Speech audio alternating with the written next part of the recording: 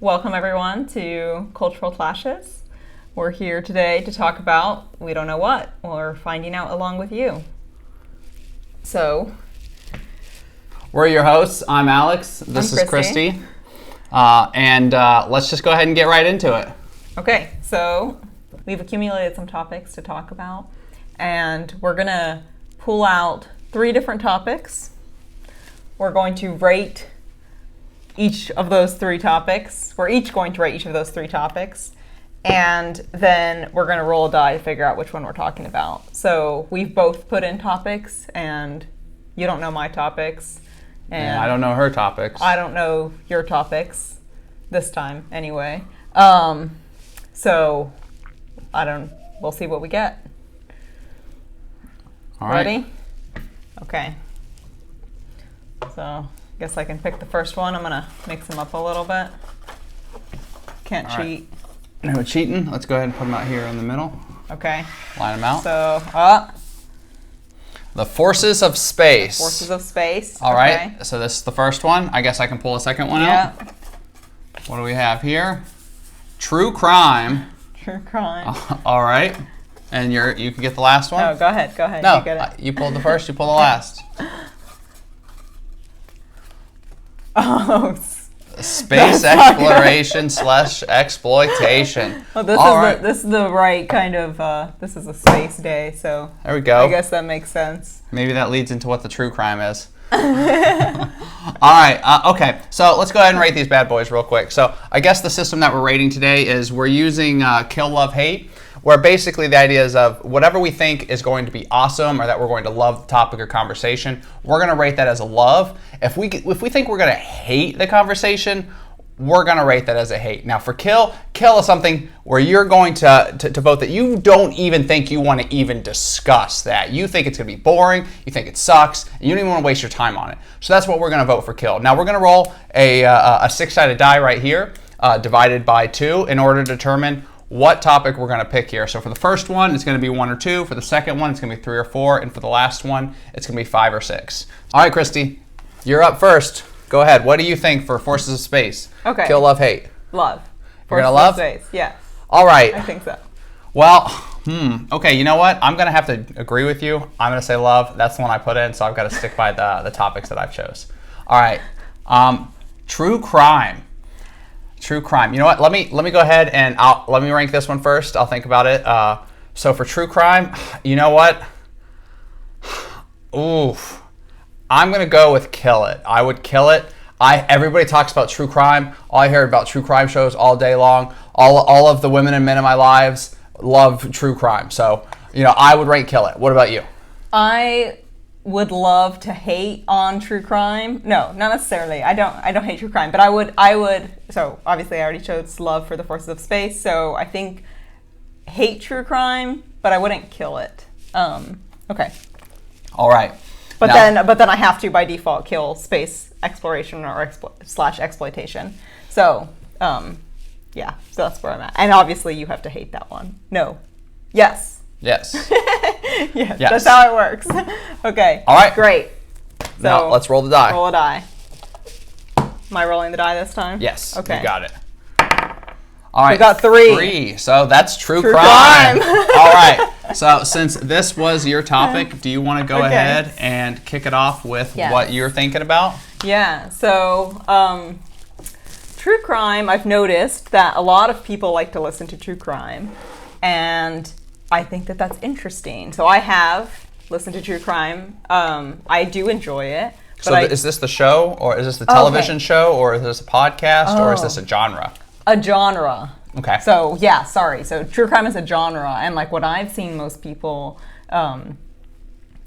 is that most people listen to it nowadays, but I know that probably people still read it and watch it. It's just that the people that I know specifically who are really into true crime like to listen to true crime, like on podcasts. And just this morning, I put this into the list because I was listening to a radio show, and it didn't sound exactly like true crime, but it was like the story of an investigator and crimes that she encountered. So it was borderline true crime-ish. So I got to thinking about it, and I just anyway, I don't know. What are your thoughts? Do you listen to true crime? Do you like true crime? No, so I'm okay with true crime. I'm not really about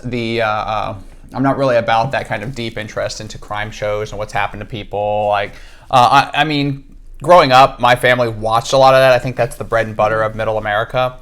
Stuff as Law and Order, Special Victims Unit, which was more, of course, the fictional side. But then you had stuff like Dateline, and you had America's Most Wanted, and all of these different pieces that were television pieces that, Middle America watched all the time. So I saturated with it. So for me, it's not anything new or novel. It's people are committing crimes and doing crime things, right? Yeah.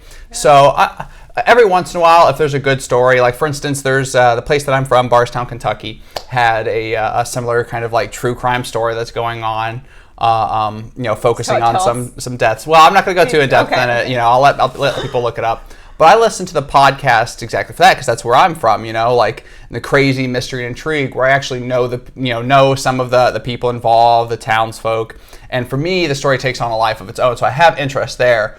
But like otherwise, you're watching true crime, you're just watching random people suffer, and I'm just a little bit like, I'm not, it doesn't really do anything for me on the entertainment area. So I think that the entertaining part of true crime for me is that it's an interesting story. It's like an intriguing story, and I didn't grow up really reading or watching or listening to true crime, so it's novel to me to some extent. And then sometimes I think like everyone kind of enjoys true crime to some extent, in the sense that like you read a news story and you might be interested in knowing like more about those people, like what happened to those people, like who are those people, what happened there, and then that might be where I think that that's really the kind of curiosity that true crime takes off from, right? Like grows from there. Mm-hmm. But I do think that like I agree with you in the sense that it's hard for me to listen to too much of it. Like I can get into it, and I have, like when friends have recommended like, oh, listen to this podcast or that podcast, then I do listen to it and can get into it, but I can't listen to too much of it. Like if I listen to too much of it, it's a lot. I mean, it's a lot, because like every episode is like another horrible thing that's happened. And so another reason I found this interesting is I have an adult niece, and I was just talking to her recently, and she said that she's been listening a lot to true crime. She really likes the podcast she listens to. I had listened to a couple episodes because she had recommended it, but in general, true crime's not really my thing. But she listens to it a lot, and she had told me that she's now terrified. Like she's now scared all the time. And so I don't know. So that's something that I thought of too. I don't know. I've seen a lot of young women really like true crime, and I don't know. I mean, maybe are you a guy who listens to true crime? Like, let us know. Yeah, put a comment down below. Let us know if you like that. I mean, I think there are a lot of guys that like true crime. I don't think that it's primarily a female show. I think that association is probably related to the fact that a lot of women traditionally in the past, we're homemakers and we're at home, and television is like, that's the television that's showing during the day, so that's the interest that people start to garner. So I think it's like exposure reinforcement. I also think like something I think you've mentioned in the past a little bit too is there is a little bit of that potential power dynamic, like so like if you want to speak a little bit to that part, but yeah, that's something I've thought like maybe true crime is useful for, because so when I've listened to true crime, and again, like I said, I haven't listened to tons of true crime, so I'm by no means an expert, but the true crime that I've listened to, oftentimes the victims are women. And I wonder if that is part of the appeal, because you kind of get to see these horrible things, that have happened to someone, and think like, oh my God, like that could happen to me, or what could I have done? Like sometimes these true crime stories will say, like if only she'd, this or that, or if only, just in that split second, this and this happened, or that, kind of its intersection of random events and or circumstances that brought them to this horrible thing that happened. And I find myself kind of thinking through like, okay, wow, like, okay, like what could I have done, and even talking to my niece, it seemed like she kind of had that perspective too, like now I always lock my car, and like just like things like that. Yeah. So I think that it could be some of that. It could be So and honestly, I mean, it could also serve the useful purpose of you trying to kind of navigate like someone's case, like what happened in this instance. You know, like I know I've read reporting on, I don't know if it's true crime, but reporting on criminal cases where then you kind of see like, oh wow, like this is where the case kind of, you know, people didn't take her case seriously because this and that. Like it kind of almost seems like a kind of preparation, like if something like this ever happened to me, what would I want to be on guard against? What like societal stereotypes that I want to avoid? I think that there's also a big like cultural push as well with it too, not just the homemaker argument I had made before, but also like a mother argument as well, like the 90s, especially in the United States. So like first off, Christy grew up in Brazil. So she has a little bit of a different upbringing than I've had. So like, you know, in the United States in the 90s, basically you had a huge media push and coverage, and I don't know if it was an actual statistical increase, but at least an increase in of media coverage of kidnappings of children. There was a lot of coverage of what you're supposed to do if your child is like, you know, approaches a car. What do you talk about your children about when like they talk with strangers? Don't leave your kid alone at the park. Like it was huge in the 90s. And I like wonder, stranger danger kind of culture. Yeah, so I think these shows and this kind of culture and stuff maybe you know were working together in tandem. You know, they were feeding off each other. The entire psyche was like, oh wow, there's like crazy people, there's predators. Right? So I think that synthesizes really well with the general interest in crime. So not only do you have the concern, like domestic abuse concern, or like, you know, I have to worry about how people might, you know, attack me in public or something like that, you know. You also had the like, they're coming for your children. Like not only like, are you going to be in this bad situation, but they're coming for your children and stuff like that, you know. Yeah, well, and I think, I mean, I don't know. I have mixed feelings about it because I don't know, you know, are the statistics that bad? I know, and obviously I do know that at least nowadays, I don't know about in the 90s, but in general, people tend to be hurt or abused or even killed by people who they know rather than someone random, right? Which makes sense. Like you're going to be much more exposed to people you know than just on that baseline level. And if you're somebody random that's murdered somebody, go ahead and leave a comment down below.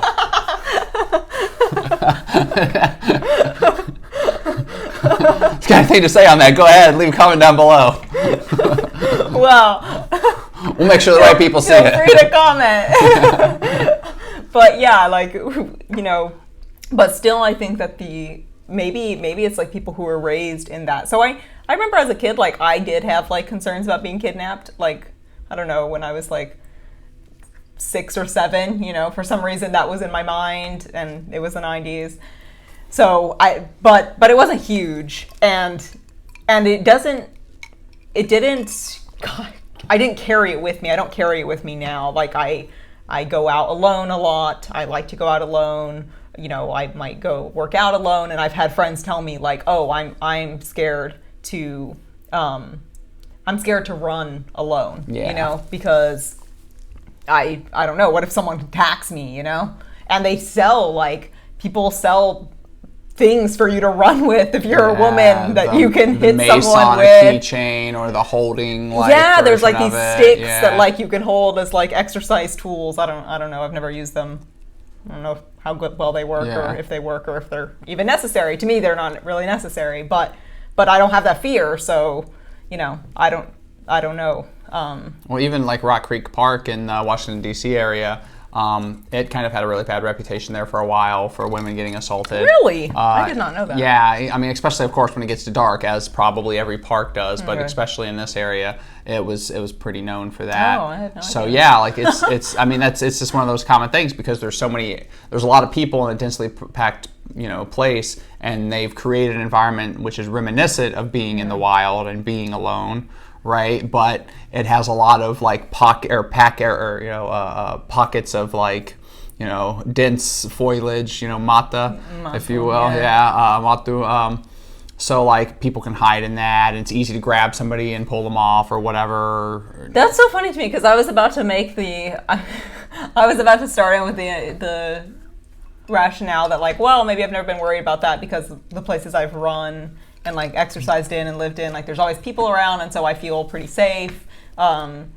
So now you're talking about like an urban park with a reputation. It's like I didn't think which I've run in and not been concerned about. Welcome back to the 90s. There's danger lurking on every corner, every pocket. They're there. They're coming for your children. Like, but so my niece had told me, oh, I'm looking for something new to listen to because now I just like I feel like I'm always scared, and I'm a huge scaredy cat too. So I completely relate because I'm the kind of so I'm not a scaredy cat in terms of things I do, but like if it's nighttime and I hear like a noise, then I'm like, oh my god, what if someone's there? so I am a scaredy cat in that fashion, but not during the day, just at night. Just at night. Yeah, no, I get a little freaked out too if like if nobody's in the house, like if I know somebody's in the house, like, and I hear weird noises, I'm like, it's probably that person, But if nobody's in the house and I start hearing weird noises, I'm like, oh no, like they're coming, like they're breaking into my house finally, like. Well, so when I was a kid, like we read these stories about like God's power and His protection and how like it would be these circumstances, like these stories set up like a robbery or like an illness, whatever, and like everything would be okay in the end, right? That was the moral, but there was like this one story where someone like woke up in the middle of the night and like went to the bathroom and they had left a window open or something, something you shouldn't have done. Some portal. And then like someone they're like using the bathroom and they hear like a rustling, and then someone's in the shower and like attacks them. And so forever after I read that, I was like, I don't know, 6 years old or something. I would go to the bathroom and I would be like, if I went to the bathroom at night, I would be terrified that someone was in the shower. Until this day, like, if I'm sleepy enough, like I won't notice, but like I hear any little shower curtain rustling, I'm like, what do I do? And then in my mind, it's always the dilemma of like, should I just do nothing because if there's a burglar in the shower, maybe I should just do nothing. Yeah. That's all. Or should I like open the shower? Because like if I open the shower and no one's there, I've like relieved my fear. But if I don't open the shower and someone's there, then like maybe I get away from them. If I open it and someone's there, they might attack me. Yeah, no, my thoughts are, I have a very similar thought like on that. Well, first off, it's funny. The movie Psycho did that to a lot of people too. Oh, really? Like, yeah, like that exact girl. scene? Well, it's a girl showering, a girl in the shower doing it. So like that's Okay. funny. It's like a similar situation, except there's always somebody like hiding around there when you're vulnerable, I guess. Yeah. But no, I have the same thought. But I've come to the conclusion that if basically based upon where the bathrooms are, if somebody's made it into there, they've already gone past me while I'm sleeping. Yeah. So if they're gonna murder me, they would have murdered me. So like I'm just gonna like not force the question. So I'm not gonna open the curtain. I'm just gonna be like, they're in there. If they wanted to kill me, they would have killed me. If I open this curtain, I'm gonna present them with a question they have to answer, which is kill me or not. And I'm just gonna alleviate that problem for them and for me. I'm gonna go back to bed and they can sneak back the hell out. Yeah, exactly. I think that's the winning strategy. But that's a good point you raise about the bathroom's location. I'm pretty sure that as a kid, the bathroom I was terrified to be in was actually a bathroom like in a suite that basically had no windows, and so no one could get into it. But for some reason, that would be the place the burglar was hiding. And like, and I think that bathroom didn't even have a curtain. It's like a glass doored bathroom. So I was like, they're just blending into the background area. I just made it fit. Like it still scared me, and I told that story to my niece when she was talking about how she's now constantly scared. I mentioned that to her, like, oh yeah, I read this story as a kid and I live in constant terror of like someone being in the shower. And then she was like, oh great, thanks for that. Now I'm gonna be thinking about that all night. Now I'm gonna be scared of that. So I'll have to tell her. It's very unlikely someone would have gotten into the bathroom. It's very unlikely, yeah. Although that always leaves it's like when people tell you not to be afraid of the dark. Right? They're kind of like, what's the likelihood something's going to be in there waiting for you, right? But then I'm always wondering, what about that one person that like got beat up in the dark or like saw a scary animal or something out there, right? Like what's the likelihood? It's like I'm not worried about that one little likelihood. I'm worried about like coming across. Like I know werewolves aren't real, but I'm not going to go into these spooky dens in the middle of the woods, right? Yeah, like the horror movie thing, like. How many times in the horror movie when you're yelling like, why would you go to the basement? Well, why wouldn't anyone go to the why wouldn't you go to the basement? What's the probability there's going to be an axe-wielding murderer in the basement? Very, very low. Yeah, right. like if we had the mentality that we have when watching horror movies in our day-to-day life, we would just like never go anywhere.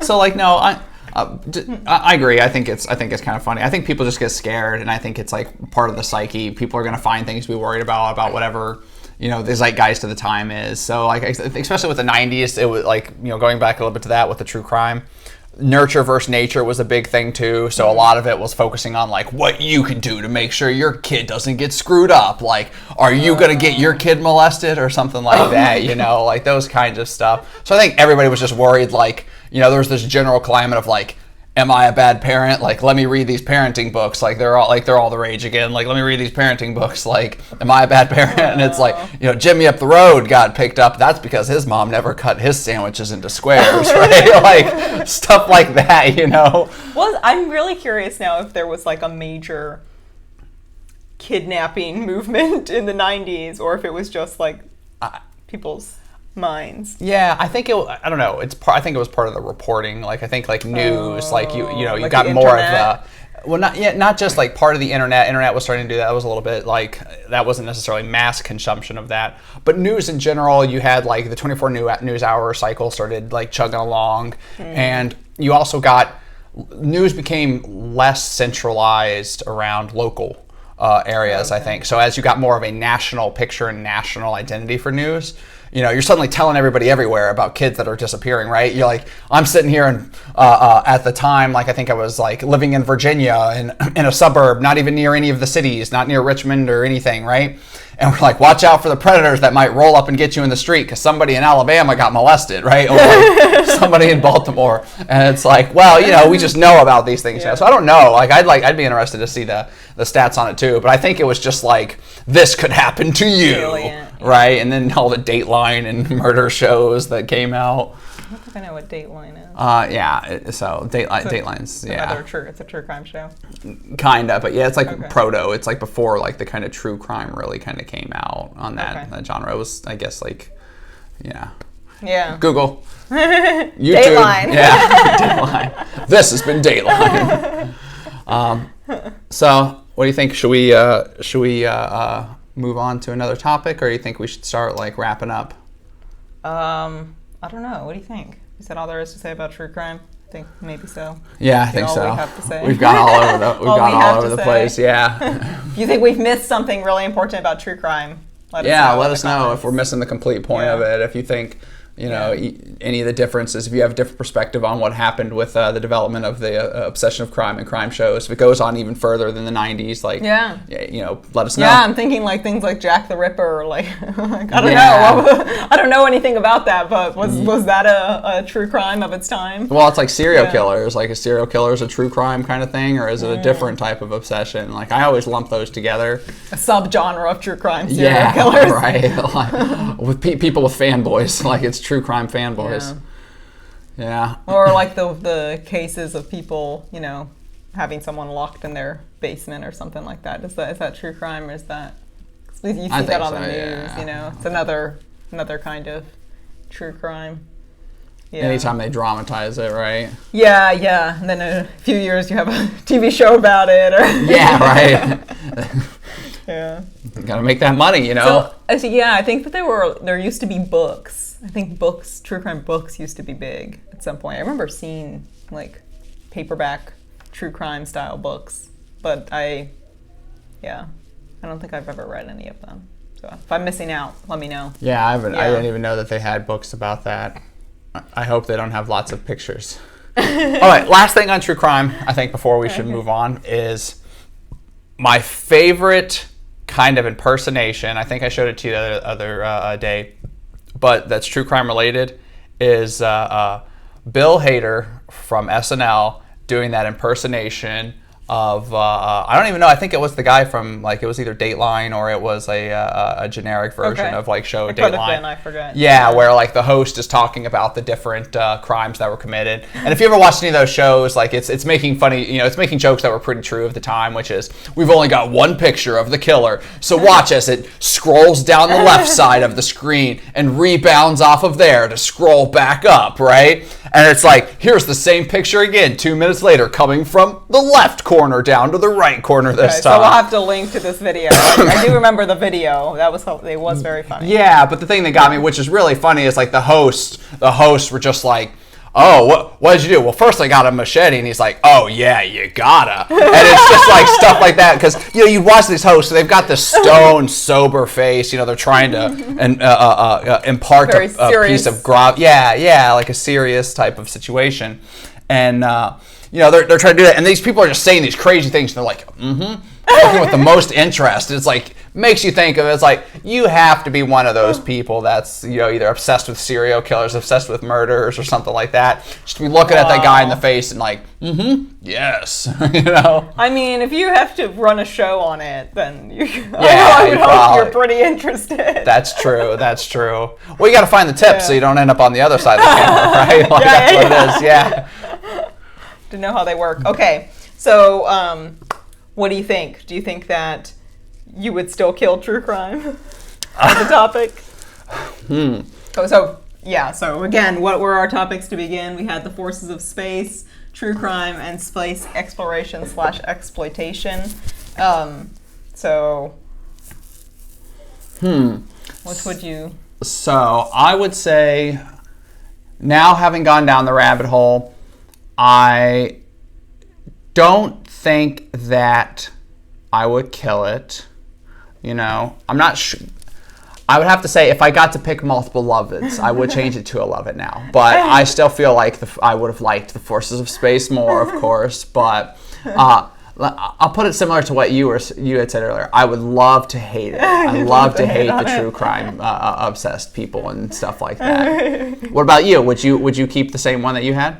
Yeah, I think I would keep mine the same. I think that. Which was? Yeah, so I had a love for the forces of space, a hate for the true crime, but like I would still like to talk about it, like to hate on it a little bit, and then a kill for space exploration / exploitation. I actually think all three of these topics were interesting today, so I actually would have rather not killed anything. But we can always put the ones that we didn't talk about today back in the box and see what happens next time. Yep.